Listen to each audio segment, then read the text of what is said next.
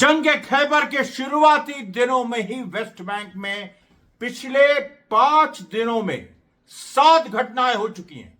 8 तारीख को हम केवल वेस्ट बैंक की समय बात कर रहे हैं। 8 तारीख को जेरूसलम में 7 इजरायली मारे गए थे शूटिंग में, आप जानते हैं 8 तारीख को। 10 तारीख को जेनिन में जबरदस्त क्लैश हुआ जिसमें इजरायली सोल्जर्स के 2 सोल्जर्स घायल हो गए, इजरायली सेना के 2 सोल्जर्स घायल हो गए। फिर 11 तारीख को तुलकरेम में जो एक एक्सप्लोजिव डिवाइस इजरायली व्हीकल पे मार दी, कई दिनों बाद रेजिस्टेंस ने उससे अभी तक पूरा इजरायली एस्टैब्लिशमेंट हिला हुआ है।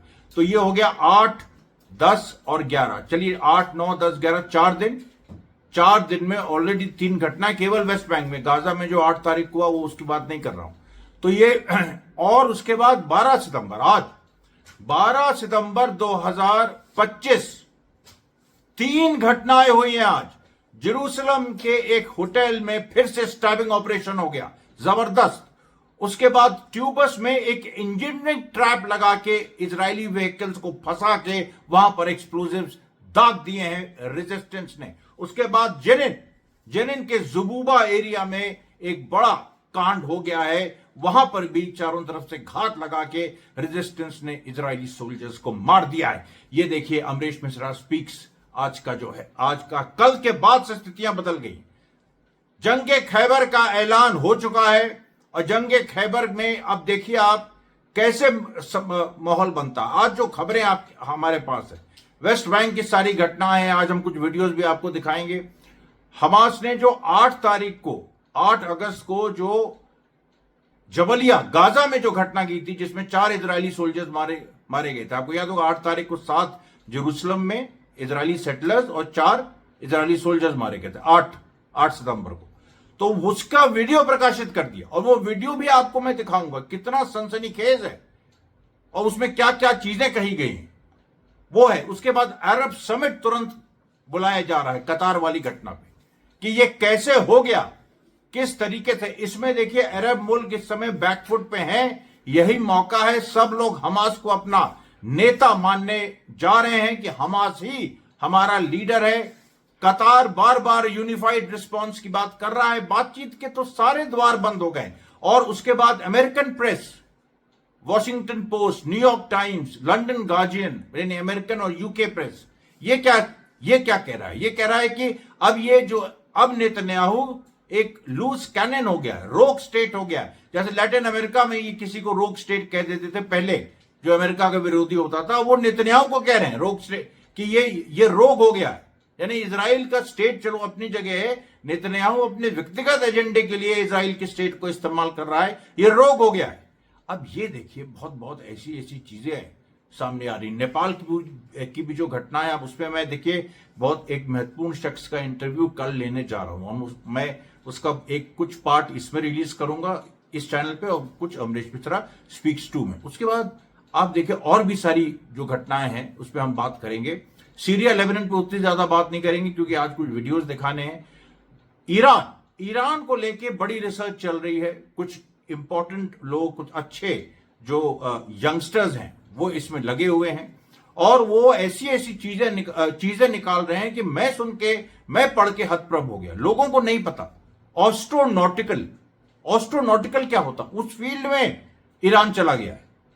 और आप देखिए अभी मैं आपको बताऊंगा 3-4 और ऐसी फील्ड्स हैं, उस पर अलग वीडियो बन रहा है और बहुत ही जबरदस्त और खतरनाक वीडियो बनेगा। लेकिन आप देखिए सबसे पहले जो मैंने कहा था, जेरूसलम में जो घटना हुई है, उस होटल का मंजर देखिए जहां एक फिलिस्तीनी लड़ाके ने, युवा ने, वो कोई रेजिस्टेंस फाइटर ट्रेन नहीं था, युवा ने, यानी एक इंतिफादा हो रहा है जो मैं आपसे कह रहा था। और इजराइल सबसे ज्यादा डरता है इस शब्द से, इंतिफादा, क्योंकि इंतिफादा में कोई भी फिलिस्तीनी किसी भी इजरायली को मार देता है और इससे ही लोग बहुत डरते हैं। 2 बार ये हो चुका है और तीसरा शुरू हो गया। आप बताइए इतनी घटनाएं हुई थी रेजिस्टेंस के, और मैं पहले से कह रहा हूं कि रेजिस्टेंस वेस्ट बैंक में चुपचाप बैठा कई दिनों तक और वो रीग्रुप करके अटैक करेगा। उसने अटैक शुरू कर दिया 11 तारीख को, कल, यानी तुर्करेम में जो घटना घटी वो सबसे पहला था। आज 2 घटना घट गई। तो रेजिस्टेंस भी वार कर रहा है और फिलिस्तीनी जो जनता है वो भी वार कर रही है। ये होता है इंतिफादा, जब दोनों मिलकर वार करें। रेजिस्टेंस मार करे, जनता मार करे। आप देखिए जेरूसलम में उस होटल का वीडियो।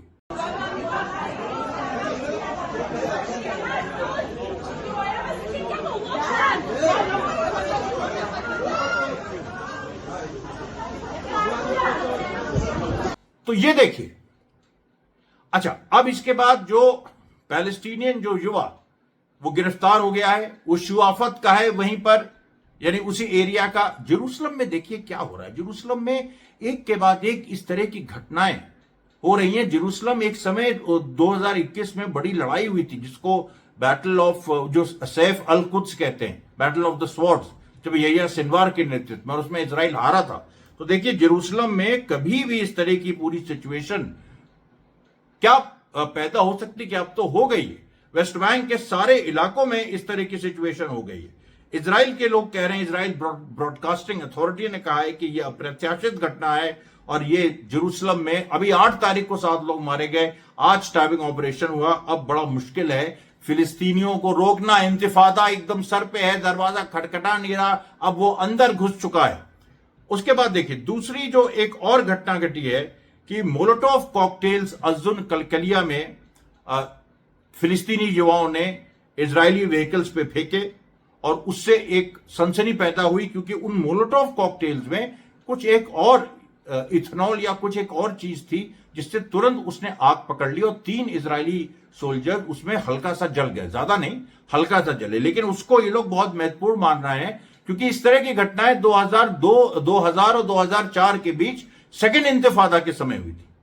उसके बाद देखिए जो जनिन में जुबूबा में जो घटना घटी आज 1:20 फिलिस्तीनी टाइम, उसमें जुबूबा में आज घेर के, जुबूबा एरिया है जनिन का, घेर के यहां पर एक पूरी मिलिट्री व्हीकल को ट्रैप करके उस पर गोलियां चलाई, 4 इजरायली सोल्जर्स घायल हो गए, कोई हिसाब ही नहीं है। उसके बाद ट्यूबस, अब आप देखो ट्यूबस, ये पूरा वेस्ट बैंक का अब मैप देखो, सब जगह जेरूसलम, ट्यूबस, जनिन, तुलकरेम, अरे भैया कहीं कुछ नहीं बच रहा है। अब यहां देखिए फरा कैंप जो ट्यूबस का है, यहां पर इंजीनियरिंग ट्रैप लगाया। इंजीनियरिंग ट्रैप गाजा में लगते हैं, वेस्ट बैंक में नहीं लगे हैं, ये जो जब से 7 अक्टूबर 2023 के बाद से, यानी कई आपने एक्सप्लोजिव डिवाइसेस आपने लगा दिए, और उस ट्रैप में इजरायली व्हीकल्स और सोल्जर्स जो हैं वो घुस गए और उसमें ब्लास्ट हो गए। अभी इस घटना में कितने इजरायली घायल हुए ये अभी क्लियर ही नहीं हुआ है। कल जो तुलकरेम में घटना घटी, जिसमें एक एक्सप्लोजिव से एक इजरायली व्हीकल उड़ गई, 2 इजरायली सोल्जर्स बुरी तरह से घायल हैं, उसमें 1000 लोगों को कल अरेस्ट किया था, और उन 1000 फिलिस्तीनियों को, और बड़ी बर्बरता से इजराइल पेश आया था। पागल हो गए थे ये लोग तुलकरेम में, लेकिन छोड़ना पड़ा। आज इतना विरोध हुआ कि छोड़ना पड़ा। अब यह स्थिति कौन पैदा कर रहा है कि उनको छोड़ना भी पड़ रहा है। उसके बाद तुलकरेम में 2 और घटनाएं घटी हैं। फिर हिब्रोन के बनी नईम में एक इजरायली व्हीकल ने एक फिलिस्तीनी व्हीकल को रोका, तो उस फिलिस्तीनी व्हीकल को जो चला रहा था, कार चला रहा था, उसने पत्थर मार दिया, और पत्थर मार के वो निकल गया। फिर वही बात हो रही है कि इस तरह की घटनाएं पहले कहां होती थी, रोते रहो तुम लोग इजरायली। उसके बाद रमल्ला के सिलवाड में ऐसी घटना घट गई। अब देखिए हम आपको वो दिखा रहे हैं जो 8 सितंबर को जो जबलिया गाजा में हमास ने ऑपरेशन किया था, जिसमें 4 इजरायली सोल्जर्स मारे गए थे। 2 हिस्से में आप इस वीडियो को देखिए।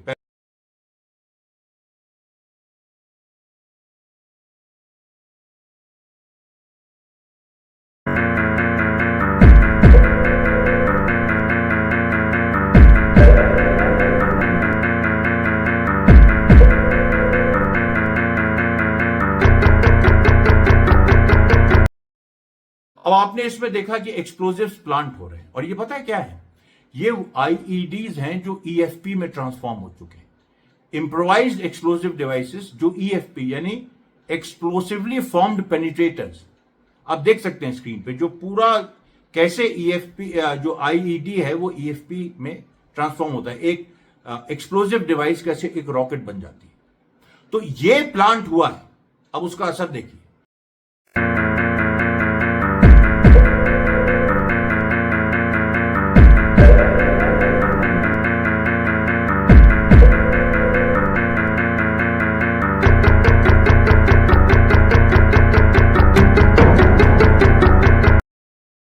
ये देखा आपने। अच्छा, इसके अंत में क्या, इसके अंत में जो मैसेज हमास ने दिया है, वी विल स्ट्राइक अगेन, हम फिर से मारेंगे। ये हजरत मूसा का सोटा है, हजरत मूसा के सोटे से तुम्हें मारेंगे। जो जिनको इजराइल मानता, जिनको ज्यूज मानते हैं, इजरायली जायनिस्ट मानते हैं अपने प्रॉफिट्स। डेविड स्टोन पहले वाले ऑपरेशन का नाम हमास ने अपना रखा डेविड स्टोन, दूसरे का रखा मोसेस स्टिक, हजरत मूसा का सोटा। और वो हजरत मूसा का सोटे में ये जोड़ दिया कि ये देखो, ये है हजरत मूसा का सोटा, तुम्हारे पास नहीं, ये हमारे पास। इजरायली जो कहते हैं कि हम गॉड के चूजन पीपल, हमको खुदा ने चुना। अरे चुना होगा तुमको ओल्ड टेस्टामेंट के सामने, उसके बाद तुम पतित हो गए। उसके बाद तो इस्लाम सबसे नवीनतम दुनिया का एक धर्म, मजहब, जिसको जो भी कह लीजिए, पन के ऊपर, और उसने सनातन धर्म के साथ एक एकता स्थापित की भारत आके। ये ऐतिहासिक 1857 की लड़ाई लड़की, जिसके बारे में हम बात करते रहते हैं, और अमरीश मिश्रा स्पीक्स 2 में हम उसका सिलसिला भी पूरा वेव के साथ चलाएंगे। आप देखिएगा, हम लोग की बड़ी प्लानिंग है, उसमें वक्त लग सकता है 2-3 दिनों का, लेकिन प्लानिंग बड़ी है। उसके बाद आप देखिए तो ये जो आपने दोनों चीजें देखी कि और जिस तरह से हमास के तेवर थे। उसके बाद देखिए, उसके बाद जो यमन, अब यमन में पिछले 2 हफ्ते में यमन ने 38 मिसाइल और ड्रोन्स मार दिए हैं इजराइल, 38।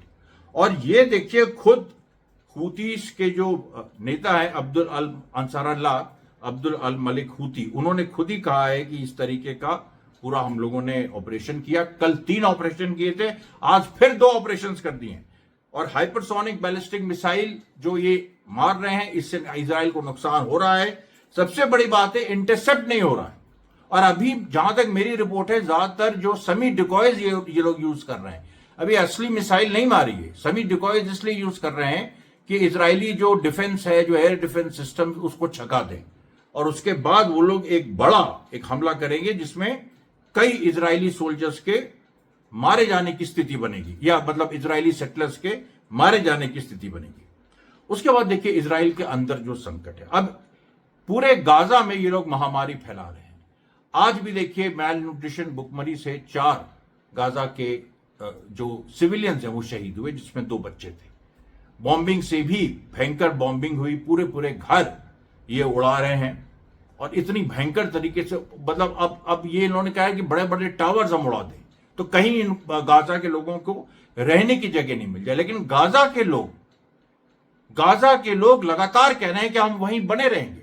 पहले भी हमने आपको परसों के वीडियो में दिखाया था, और आज भी देखिए, जो एक वीडियो है मेरे पास, जिसमें एक इंसान की, एक गाजा के सिविलियन की टांग नहीं है, लेकिन वो खुल के कह रहा है कि हम नहीं जाएंगे, हमारा कोई नहीं जाएगा नॉर्थ गाजा से साउथ गाजा।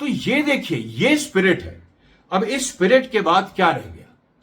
फिर आप देखिए, जो मैं कह रहा था कि एक तरफ गाजा में ये महामारी फैला रहे हैं, डिजीजेस फैला रहे हैं, बीमारियां हो रही हैं बच्चों को, सब कुछ वायरल फैल रहा है, एंटीबायोटिक काम नहीं कर रही हैं, लेकिन इजरायली सोल्जर्स में भी एक वायरस फैला है। और यह वायरस है कि उनको बेड बग्स हो रहे हैं। यानी गाजा में जो लंबे समय से इजरायली सोल्जर्स अपना टेंट वेंट लगा के, अपने बैरक्स बना के, या कुछ घरों में, जो गाजा के लोगों के घरों में कुछ मेकशिफ्ट अपना जो उन्होंने ऑफिस वगैरह बना लिया है, उसमें उनको बेड बग्स हो रहे हैं। उनके मतलब बिस्तर में कीड़े पैदा हो रहे हैं, और उससे कई इजरायली सोल्जर्स बुरी तरीके से वो इफेक्ट हो चुके हैं। मतलब वो कम से कम 11 इजरायली सोल्जर्स हॉस्पिटलाइज्ड हैं। ये देखिए, ऐसी चीजें बढ़ती हैं, एकदम से महामारी की शक्ल भी ये ले सकता है। फिर आप देखिए, फिर 6 इजरायली सोल्जर्स जिन्होंने गेवाती ब्रिगेड के, इलीट ब्रिगेड यानी रिजर्विस्ट नहीं, गेवाती ब्रिगेड के 6 सोल्जर्स जिन्होंने गाजा में सर्व करने से मना कर दिया था, उनको जेल भेजा गया, उनका ट्रायल शुरू हुआ, और उनको सोचिए उस जेल में भेज दिया, सिदी तिमैन वो जेल है जहां पर पैलेस्टीनियन जो प्रिजनर्स हैं उनके साथ सोडोमी होती है। और उसको बहुत बड़ा इशू बनाता है कि पैलेस्टीनियन प्रिजनर्स के साथ सोडोमी, ये एक इशू बन गया था। और वहीं पर उनको भेजा है। सोचिए उनके साथ भी यातनाएं हो रही हैं। क्या हो रहा है उनके साथ कुछ नहीं पता। अब 3 उसमें से सोल्जर्स जो 6 में से हैं, उन्होंने कहा है कि हम साइकोलॉजिकली हमसे नहीं, हम अगर वहां जाते तो हमारा नर्वस ब्रेकडाउन हो जाता, और डॉक्टर की रिपोर्ट भी यही कह रही थी, लेकिन फिर भी उनको प्रताड़ित किया जा रहा है। अब ऐसी चीजें देखिए बढ़ती जाएंगी। मैंने आपको बताया था फ्रैगिंग, याद रखिएगा। फ्रैगिंग मतलब जब किसी भी प्लेटून के या कंपनी के या रेजिमेंट के जो सोल्जर्स हैं अपने अफसरों को मारने लगते हैं। वही स्थिति अभी एक घटना हुई थी यहां पर गाजा में। तो इसलिए ये जो चीजें हैं देखिए, ये जो बढ़ती जा रही है, और जिस तरीके से जो हमास और पैलेस्टीनियन रेजिस्टेंस है वो छुप के निकल के मारता है और फिर गायब हो जाता है, इसी को देख के वो पागल हो जाते हैं। उनको समझ में नहीं आता है कि हम करें क्या, और फिर घंटों इंतजार, फिर 2 दिन कुछ नहीं हो रहा है। यही देखिए पागल कर दे रहा है यही। और ये हमास ऐसा नहीं है कि वो क्या कहते हैं उसको, अनायास कर रहा है, नहीं, ये उस सोच समझ के कर रहा है, as part of a plan strategy. अब आप सोच लीजिए, वो जानते हैं इस बात को, यह्या सिनवार लिख गए हैं कि इस तरीके से इजरायली सोल्जर्स को हम फंसाएंगे इन्हें अलग तरीकों से। उसके बाद सुनिए, यूनाइटेड स्टेट्स की एनापोलिस नेवल एकेडमी में शूटिंग हो गई।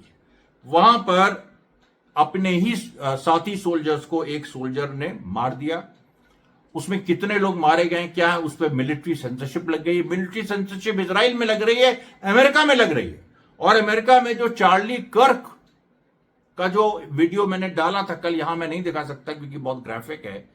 चार्ली कर्क जो कंजर्वेटिव एक कमेंटेटर था, प्रो इजरायली था, इजराइल का, उसको फोटो उसकी है, इजराइल का झंडा लेके वो खड़ा है कहां पर, अल कुद्स के पास। मतलब गया, इजराइल जाता रहता था, नेतन्याहू का दोस्त माना जाता था।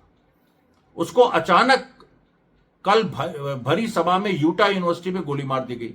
उसका वीडियो है, सब मैंने एक्स और टेलीग्राम पे डाला है। अब यह कहा जा रहा है कि मरने से पहले उसने इजराइल की आलोचना की थी। अब आप सुनिए, और कहा था कि ये जो अमेरिका में जो इमिग्रेशन प्रॉब्लम है, इसको जूविश लॉबी फंड करती है। अब ये जो सारी चीजें हैं, उसने ये कहा और उसके एक दिन बाद इसकी हत्या होगी। यहां तक बात आई, नेतन्याहू को सफाई देनी पड़ी, नेतन्याहू को टीवी पे आना पड़ा और ये कहना पड़ा कि ये सब बेकार की बात है, हम क्यों, हमारा तो दोस्त था, वो इजराइल समर्थक था। लेकिन भाई ये लोग कुछ भी कर सकते हैं, जब अपने सोल्जर्स को हैनिबल प्रोटोकॉल के तहत मार सकते हैं तो ये कुछ भी कर सकते हैं। इनका जो है कोई भी ये भरोसा नहीं है। उसके बाद देखिए, जो ब्रिटिश अखबार लंदन गार्जियन ने कहा है कि नेतन्याहू जो है ने सारी रेड लाइंस क्रॉस कर ली हैं। और जो एक इजरायली जो प्रिजनर फैमिली की एक महिला ने एक सिंपल सा सवाल किया, उसने कहा कि ये बार बार नेगोशिएशन सबोटाज क्यों करता है नेतन्याहू। अब कुछ नहीं मिला तो हमास के नेगोशिएटर्स को पे हमला कर दिया, अब बातचीत ही नहीं होगी, होस्टेजेस का क्या होगा। तो ये क्यों करता है ऐसा बार बार। अब सोचिए आप, हम लोग जानते हैं क्यों करता है, बदमाश है, इसको केवल अपना इंडिविजुअल एजेंडा चलाना है, इंडिविजुअल एजेंडा चलाना। ये बेलगाम हो गया है, हिटलर बन गया है। जैसे हिटलर को अपना इंडिविजुअल एजेंडा चलाना था, वो किसी की नहीं सुनता था। मतलब अपने साथी कैपिटलिस्ट देशों की भी नहीं सुनी उसने, इंग्लैंड की भी नहीं सुनी, फ्रांस की भी नहीं सुनी, घुस गया सब जगह। फिर उसको रशिया ने, कम्युनिस्ट सोवियत यूनियन ने, रशिया ने नहीं, कम्युनिस्ट सोवियत यूनियन ने उसका दिमाग ठिकाने लगाया। अब देखिए, अब यहां पर जो बात पूरी सामने आ रही है वो यही आ रही है कि जो मीडिया की, सोशल मीडिया की पूरी जो नैरेटिव की लड़ाई है, इजराइल हार चुका है। उसमें नेतन्याहू एक विलन की तरह सामने आ गया है, न केवल पूरी दुनिया में बल्कि अपने देश में भी। और ये जो घटना कतार की हुई है, ये तो ऐसी उल्टी पड़ी है, इसने अरब देशों को यूनाइट कर दिया है। अब वो यूनाइट होकर कुछ करें ना करें, देखिए उसमें मैं नहीं पढ़ना चाहता हूं, उसमें मैं बात भी नहीं करना चाहता, क्योंकि आने वाले दिनों में उनके एक्शन देखेंगे। अभी अरब समिट होने वाला है, कल या परसों हो जाएगा। जैसे ही वो होता है तब उस समय हम लोग फिर इस पे कोई पोजीशन ले सकते हैं। उसके बाद आप देखिए, एक और जबरदस्त बात हुई है। टर्की के हैकर्स ने इजरायली टॉप मिनिस्टर्स के प्राइवेट फोन पब्लिक कर दिए। नेतन्याहू का भी फोन पब्लिक हो गया है, और जो इजराइल का डिफेंस मिनिस्टर है इजराइल काट्स, उसको तो टर्की के हैकर्स ने कॉल किया और उसकी एक फोटो भी ले ली कि उसने कॉल आंसर की। ये देखिए उसका नंबर है और ये उसकी फोटो है। और आप देखिए उसके बाद आप देखिए कि सारे जो और पूरा का पूरा इनका कैबिनेट है, इजरायली जो कैबिनेट है उसमें बड़े बड़े नेता, इनका देखिए, इनका ये नंबर है, इनका ये नंबर है। अब तो खैर ऑब्वियसली जब ये खुल गया है तो ये चेंज करेंगे, लेकिन कितने लोग चेंज कर पाएंगे, सवाल ये है। टर्की के हैकर्स ने किया है। और एक चीज आपको और बता दें, हमास ने जो एक अपील की थी प्रेयर्स की और कहा था कि जुमे रात पे यानी थर्सडे नाइट को, आज तो फ्राइडे है, थर्सडे नाइट को सब जगह लोग ऐसी रकातें वो बार बार रिसाइट करें, 100 बार कम से कम रिसाइट करें। और वो जब एक होता है इस्लामिक ट्रेडिशन में कि जब सब कुछ दांव पे होता है तो इस तरह की चीज की जाती है। तो उसको देखते हुए टर्की में हुआ, टर्की में इस तरीके से प्रेयर्स हुई।